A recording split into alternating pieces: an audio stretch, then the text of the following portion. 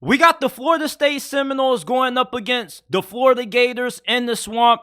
We got the battle of the backup quarterbacks, man. So if you haven't known this already, Jordan Travis, he's out for the remainder of this season. His FSU career is unfortunately done because he suffered a really devastating and nasty leg injury in their win against North Alabama. And Graham Mertz, he has a collarbone injury that he's dealing with that's going to sideline him for this game. So we have Max Brown, who is a freshman quarterback for Florida, going against Tate Rodemaker. For Florida State, you would love to see them come into this game and dominate, especially being able to blow out a team like Florida on the road in their own home territory. Florida, they're trying to be bowl eligible. And them going 5-7 would probably be a huge disappointment. And many Florida fans aren't really happy with what they've seen out of Billy Napier in his first couple of years with the program. The defensive coordinator that they hired, Austin Armstrong, looks like a huge whiff. Florida State with Tate Rodemaker, they look like they can still be really good. And when I was watching back that game against North Alabama, Tate Rodemaker, he kind of looks like a discount value version of Trevor Lawrence in a sense. He's a little bit tall and lanky, but he does have pretty good athleticism.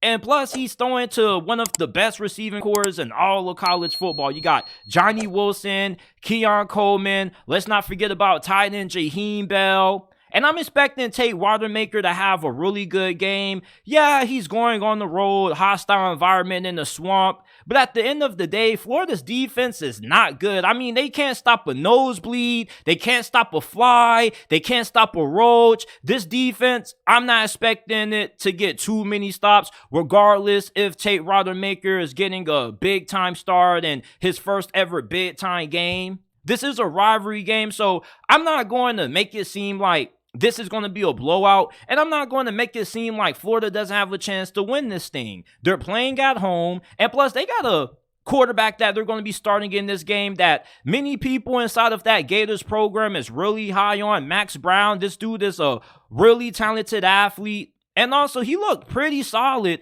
when he came in against Missouri. I'm really excited to see what Max Brown brings to this Florida offense. Obviously, we know that Graham Mertz, he has played at a really high level this year. He has exceeded at least a lot of people in mind's expectations for how he's played this year. But with Max Brown, he brings a different dynamic to the run game. And if Florida's going to be able to pull off this upset, they need to be able to sustain success on the ground. And they went for a 200-plus against Missouri last week in that loss. Florida State's run defense is around the middle of the pack. They're 41st in rushing yards per game allowed. Florida, really the key to them winning this game is that you got to make sure that you don't overly rely on Max Brown. Okay, you don't want to put too much on his shoulders, especially when you're going against as talented as a defense as FSU is. With Max Brown, with how good of a runner he is, you should be able to lean into that, kind of use that running ability of his to ease him into the game, and then you try to get a couple of deep shots downfield via play action. Florida State's run defense, I don't think they're going to be able to completely neutralize Florida's rushing attack. I'll be really surprised if Florida doesn't reach at least 100 yards rushing in this game. They got one of the more underrated running back groups in all of college football.